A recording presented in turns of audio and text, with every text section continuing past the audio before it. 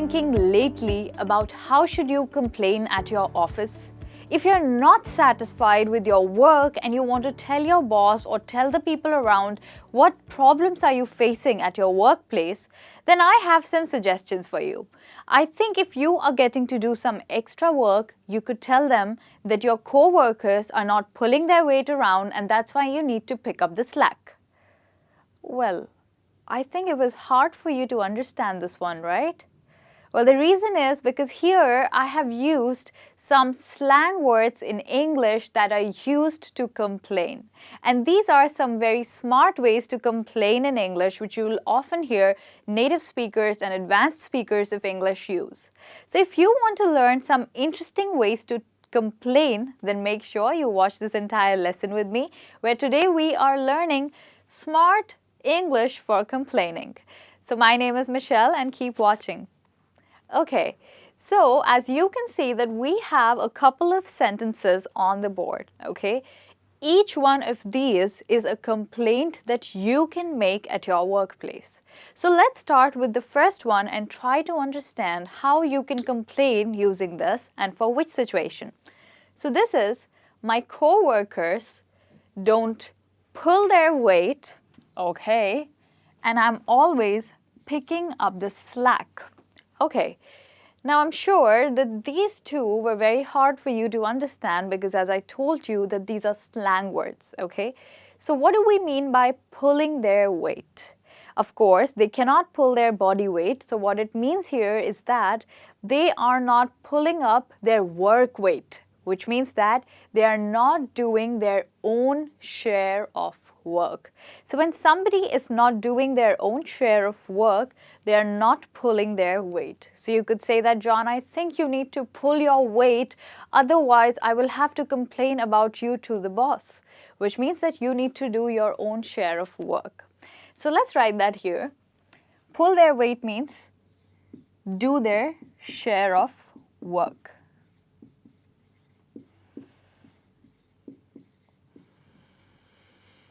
All right, now let's look at the next one.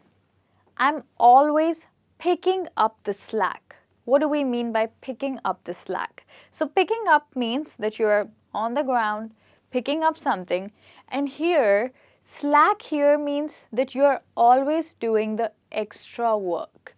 So picking up the slack means to do the extra work, okay?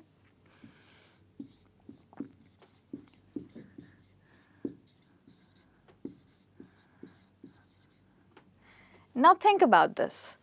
If your co-workers don't do the work that's assigned to them, then who will do it? Most probably all that work will fall back on you and you will have to do extra work. So in such a situation, if you are doing extra work at your workplace and you want to tell that to your boss or to somebody else, you could say that, I'm having a really tough time. I've got no time for myself because I've been picking up the slack at work, which means that I'm doing a lot of extra work which I am not supposed to do. So if this is your situation, then you have learned two slang expressions to use if you are not satisfied at your workplace. Okay, now with this we move to the second sentence that you can use to complain at your workplace. I can't stand the office politics. Okay, it seems like kissing up. Can we do that? Oh, kissing up to the people, okay, who call the shots is the only way to move up the ranks. Okay, this seems very interesting. We have got politics, we have got kissing, we've got shots and the ranks. So what do all these expressions mean? Well, if you want to complain at your workplace, if you are in such a situation where you need to please some people at work or you need to do some activities to make them happy, then you're in this situation. So let me decode it for you.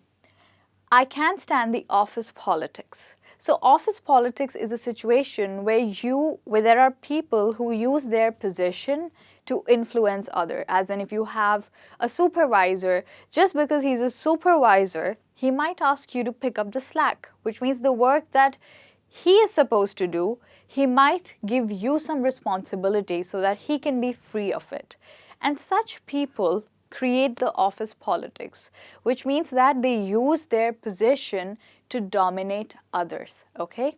Office politics means to use position to dominate others. Okay, now with this, let's see what does this complaint say further. I can't stand the office politics, so possibly this person has other people around them who is, asking them to do a lot of work and using their position to dominate him or her. It seems like kissing up to the people. Okay, so kissing, we all know what kissing is, but how would you kiss to the people in the office? Kissing up to the people in the office means pleasing people, okay, which means to do things for them that make them happy. So if your supervisor expects you to get a coffee, you go and get it for them. If they want you to share your lunch, you share your lunch with them. If they call you at night and ask you for some extra favor for the next day, like maybe, designing a PowerPoint presentation, you do it for them. And why would you do it? So that you can be in their good books, okay? So kissing up to the people means to try to be in someone's good books, okay? Try to be in someone's good books.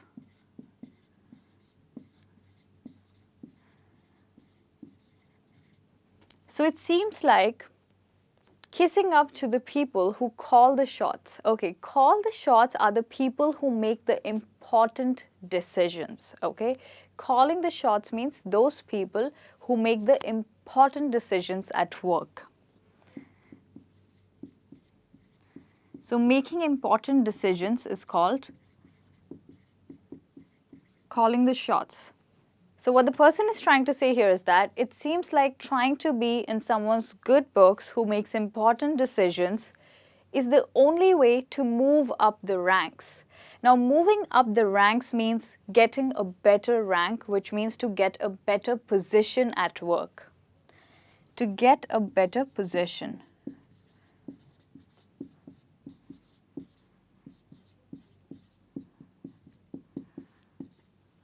And you could also say to move up the ladder, which has the same meaning as moving up the rank. So if you are having a hard time at your workplace because of the office politics, as in people dominating you, and you have to please people to be in their good books because they take important decisions, and you don't like to do that because that's the only way to get a better position, then maybe you need to quit because you're not enjoying your workplace and you have to face a lot of office politics. So this is another way to complain at your workplace. And now let's move to the next one. My boss loves to micromanage, and I can't do my best work when she is constantly breathing down my neck. Okay, now this is pretty interesting. Do you know the meaning of micro? Micro means very, very tiny, okay? Tiny. And manage means to handle something.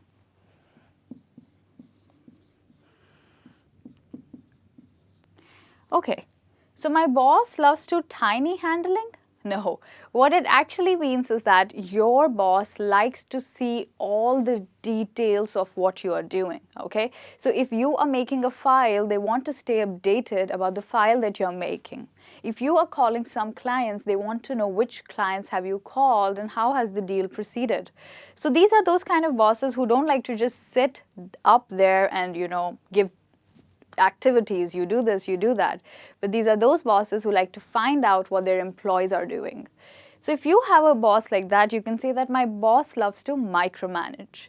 And I can't do my best work, which means you can't perform your best when she is or he is constantly breathing down your neck. Okay, just imagine this feeling.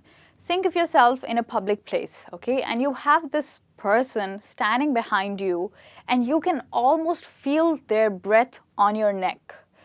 Isn't that so terrible, such a strange feeling to have someone breathing at your neck? Well, if you work with a person who likes to micromanage, then that person is breathing down your neck. And if you have a boss like that, you can say that it's so unpleasant to have a boss who's constantly breathing down your neck, which means who is constantly looking at what you are doing. Okay? So tiny handling means to, see all the details, and breathing down the neck also has a similar meaning, which means to see the details.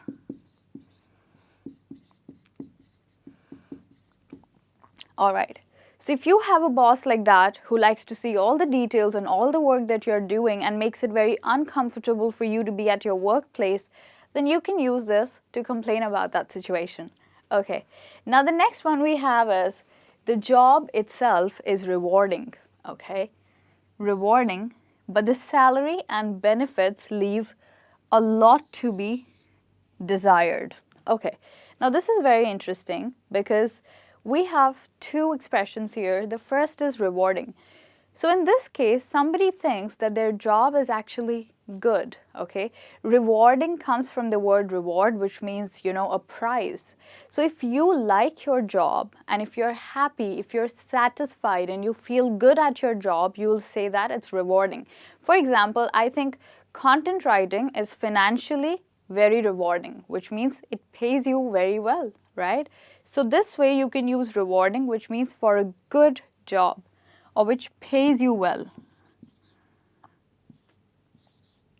For a good job which is very satisfactory. But the salary and benefits leave a lot to be desired. So a lot to be desired means unsatisfactory, okay? Unsatisfactory.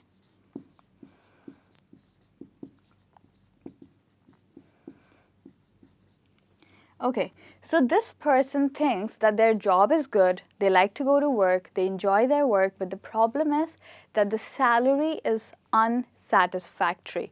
That's why they have used a lot to be desired. So when something is unsatisfactory, you use this phrase to describe it. For example, if you don't like someone's cooking, you could say that, oh, Maggie's cooking leaves a lot to be desired, which means that it's not good, it's not satisfactory, I don't like the food she cooks, okay? And the same way at your workplace, if your job does not make you happy, then you can say that it leaves a lot to be desired because it does not give you a good salary, okay? So this is how you can use this phrase to say if your job is nice, you're enjoying your work, but you don't get enough salary, then you can use this expression to complain about it or to talk about it. Now with this we come to the last expression and the last sentence for the day, and that is, I feel like I'm spread too thin, okay? Spread too thin. But every time I wrap up one project, I'm given more to be done yesterday. Okay, now this also seems to be very interesting. When are you spread too thin? Okay, think of a jam that you spread on the bread and you spread it so thin, like the thinnest layer, and you keep pressing it in, okay? That's almost your situation when you're at your workplace and you're loaded with work. So if you have too much work to do, you'll say that I'm spread too thin these days, so I'm gonna quit, which means that you have too much work to do. So I'm spread too thin means too much work to do.